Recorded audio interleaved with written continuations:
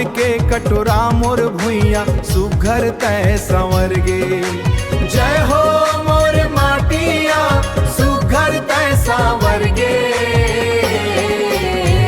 जय हो मोर माटी जय छत्तीसगढ़ महतारी।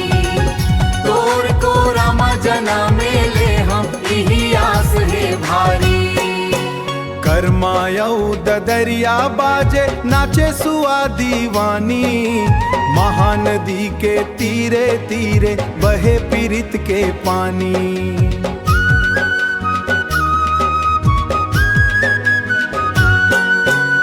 सरगुजाले बस्तर तकले तोर महिमा हावे छाए। तोर मयाम बेंद के संगी जम्मो दुनिया गाए। तोर मयाम बेंद के संगी जम्मो दुनिया गाए। तोर मयाम बेंद के संगी जम्मो दुनिया गाए। जय हो मोर माटी जय छत्तीसगढ़ महतारी। जय हो मोर माटी जय छत्तीसगढ़ महतारी। तोर को रामा जन्म जना मेले हम यही आस है भारी।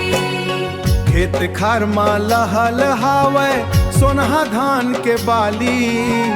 पीरित डोरी मा बंधागे यहाँ के हर एक डाली।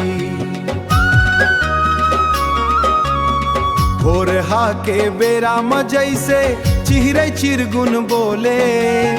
चिहरे चिरगुन बोले मोर छत्तीसगढ़ महतारी माया के रसहा घोले। जय जोहार।